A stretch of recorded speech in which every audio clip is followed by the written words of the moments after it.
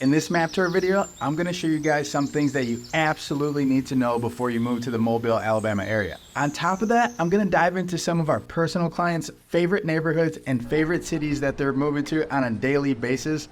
And then we're going to dive into some places that might look appealing, but you may want to think twice before making the commitment to move there. We're going to go over all that and so much more in this video, so let's dive right in. Sweet home Alabama. Now, one of the first things I want to cover with y'all in this video is really getting a feel for how everything is laid out as a whole.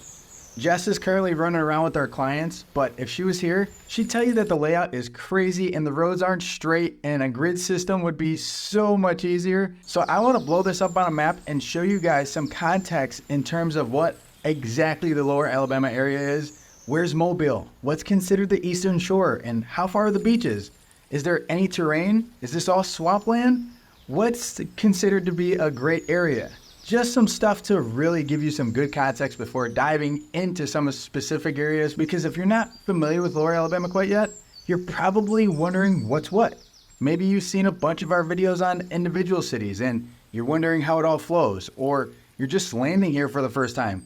Either way, this is going to be a really good video for you to get a feel for just the areas in general and the gist of what's going on in each one of those spots, because there are definitely going to be some differences. All right, now to start off, we've got a general map of lower Alabama here. But what I'm going to do is paint some context for what's considered far north, what's considered far south. So let's take a look. Boom, you got Mobile Bay right there in the middle, and that's going to be our reference point. Surrounding the outside of Mobile Bay, you'll have Mobile to the west, and on the north, you're going to have Satsuma on the Mobile side and Bay Minette on the Baldwin County side. I'd say that that's a good reference point as to how far north our clients usually want to go. Now, if we start to head south from Bay Minette, you have Spanish Fort, Daphne, and Fairhope, which makes up the Eastern Shore. And as you continue to head down south, you're going to see Point Clear and Barnwell, which is still a part of Fairhope, but Fairhope is just so dang big geographically, sometimes it feels like it never ends. These areas are a little different from the hustle and bustle too. If you like your space and land, then you'll really appreciate these areas. Okay, so continuing to make our way south, you're gonna run into Magnolia Springs, which is teeny tiny. Think a town of 900 people, and then cut through that fast-growing city of Foley to get to our beloved Gulf Shores and Orange Beach. Now, to jump on the other side of the bay again, as soon as you head west from Mobile, that's exactly where you're at, West Mobile. This is also where you're gonna go if you're looking just for a quiet, peaceful setting, and if you keep heading west, you'll run right into Mississippi, but you don't wanna do that. That's when you've gone too far. And in Mobile County, you have Dauphin Island, which is probably the most laid-back beach town you'll ever visit. Dauphin Island is the beach town equivalent to, Gulf Shores and Orange Beach. Just look at it as its little baby brother or sister. Now, if you're wondering what the main roads are, you're gonna wanna familiarize yourself with the main interstates and highways. So let's check that out. Right here, you're gonna have I-65 that runs north and south on the Mobile side, and it runs into I-10, which runs east and west. But real quick, while we're talking about I-10, the long-awaited project to build a new bridge over this 7-mile-long span is in the works. This is pretty exciting news because everyone's been waiting for this for probably a quarter century now. And if you've watched our channel for some time, then you've probably heard us talk about some great restaurants with some really spectacular views on the Causeway. And this is just another route going east and west over Mobile Bay here. Another cool mention is that there are plans to build a 5.5-mile long pedestrian and bike trail along the Causeway, along with some new parks and picnic areas with boat launches. It's gonna be pretty great. Now, let's say you're headed to Baldwin County on the Causeway. You can continue down on 98 towards Daphne and Fairhope, or you can go towards Spanish Fort on 31, which would also take you up to Bay Minette and up to I-65. So you wouldn't have to go all the way back to Mobile like we just talked about. Or let's say you want to head towards Gulf Shores for a beach day and you're on I-10. you've got a few different options. You can get off on Highway 98, which is what I call the main artery of the Eastern Shore, or you can get off on 181, which is another main artery here, and then you can just run into Highway 59, or you just stay on I-10 and take 59 all the way down to the beach, going through Baldwin County's smaller cities like Loxley and Robertsdale and Somerdale, before running right into Foley and then Gulf Shores. Then, once you run into Gulf Shores, you'll be on Beach Boulevard or 182, and this is also one way you can get to Orange Beach. Another way a lot of people prefer is to stay on I-10 until you hit the Baldwin Beach Express, and if you're looking for a Buc-ee's, then this is definitely your route. You can't miss it. You take that all the way down to the Foley toll booth, and it'll spit you out at the wharf in Orange Beach. These are basic highways here that y'all are gonna wanna get familiar with. So let's talk traffic real quick. So as far as traffic goes, I-10 is gonna have quite a bit of traffic, especially from a stretch of Mobile into Florida. It only has 2 lanes and it can get backed up pretty quickly during rush hour. I'd say for the most part, it's pretty quick moving unless there's an accident or something. If there's an accident, be ready to park because depending on where you're at, getting off isn't going to be an option, especially on the bridge over the Mobile Bay. And speaking of, let's stay on the topic of congestion. If you're working in Mobile and you're near Airport Boulevard, say during peak hours, expect a slowdown. Mobile is considered our metro area and it shows. If you're taking any of our bridges during peak hours or during spring break, and I even say just a gorgeous weekend in the summer, expect congestion because what does everyone want to do? Go to those beautiful white sandy beaches. This goes for those main highways I was just talking about too. Now, when it comes to everyday traffic, yes, 98, 181, 59, 182, they're all going to be backed up. But if I had to say which is the worst, I'd have to say 59 where Gulf Shores meets Foley. What should take 10 minutes turns into 30 real quick.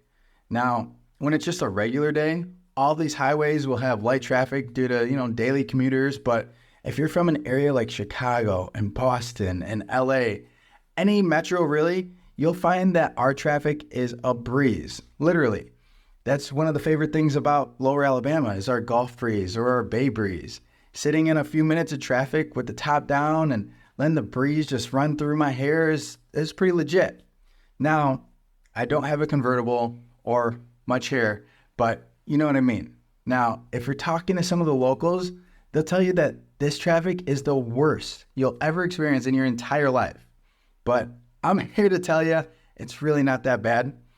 Just hope you don't get stuck behind a truck that's crashed on the Bayway because like I said earlier, that is probably the worst. Honestly, the traffic on the bridge is almost always because there was an accident, not because it's just your, regular everyday traffic. Now, does it slow down because of bottlenecking and just traffic in general? Like, yes, it does. But as promised, let's dive into some of the most popular areas that our clients are choosing to move to in no particular order. And I'll make sure to recap at the end and tell you guys what the number 1 place is. That said, we do have quite a bit of people that are moving to Spanish Fort, and for good reason. Spanish Fort is very popular when it comes to suburban lifestyle with a smaller population, more of a rural setting, but still close to the highway for commuting, close to shopping, and with great schools. And speaking of schools, I have to mention our twin beaches, Gulf Shores and Orange Beach. These cities are almost like the Beverly Hills and the Malibu of Alabama. And by no means do I mean like the shopping or the home prices there or anything like that, but it's just that prestigious name. It's always going to hold its value, and the school districts are like no other because they told Baldwin County Public Schools to go kick rocks, and they started their own school systems. It's an extremely, extremely popular place down here, and in general, like if you tell someone from out of state you're from Spanish Fort, they might kind of look at you funny. But if you say I'm from Gulf Shores or Orange Beach, they'll go, okay, that's the Gulf Coast, right? I would say next up after that, just as we're working our way down, is going to be Fairhope or Foley. And I say both because I'm kind of torn. Fairhope is widely known for its beautiful bay views, downtown area, and again, a great school district, whereas Foley is known for its proximity to the beach, the affordability of those who are wanting to slow down or at least be close to the action without having to pay for those waterfront prices. And one thing that Foley always comes up short on when working with our clients is the school district. We actually had a client just recently not choose Foley, even though their kids were grown, because they were thinking of resale value compared to an area with higher school ratings. Now, personally, I think Foley is going to continue to grow and hold its value, but to each their own. One thing I love about our area is that no matter where you go, you'll find a waterfront view, a downtown area, a suburban type neighborhood, or rural farmlands, all within 15 to 20 minutes of each other. It's like having the best of everything right at your fingertips. All of our cities that aren't bordering the water are still beautiful, and that's what really makes it so unique. One novelty that hasn't worn off for us is that the kids are going to be playing outside all the time, even in the wintertime. No need to bundle up or worry about frostbite, and I think it's important to know stuff like that. At the end of the day, I think that's one of the biggest reasons why you see so many people joining us down here is because of our beautiful weather. I mean, that along with our beaches and our true Southern hospitality, you can't beat it. But the one city that stays on top of our list, who's by far the clear winner of where people choose to move and probably move the most, is Daphne. Everyone loves the communities, whether they're mature or brand spanking new. You're close to shopping, entertainment. All the other cities I've mentioned are close by, and the community here is very welcoming. I feel like everyone loves to be involved. They love their highly rated schools, their sports, their city in general. I guess being close to the water, close to the beaches, close to the interstate, there's just too many positives to not have Daphne as a contender. Although there's so much that draws people down here in general, but to me, the most important thing is that there's really nowhere like Lower Alabama. There's so many good school districts, so many quaint and quiet places to retire or just relax when you're done with work, which is honestly one of the hard parts about people making a decision on where they want to land, which is exactly why when you call that number that's showing up down below, one of the first things we're going to do is jump on a Zoom call with you. We're going to jump on a map.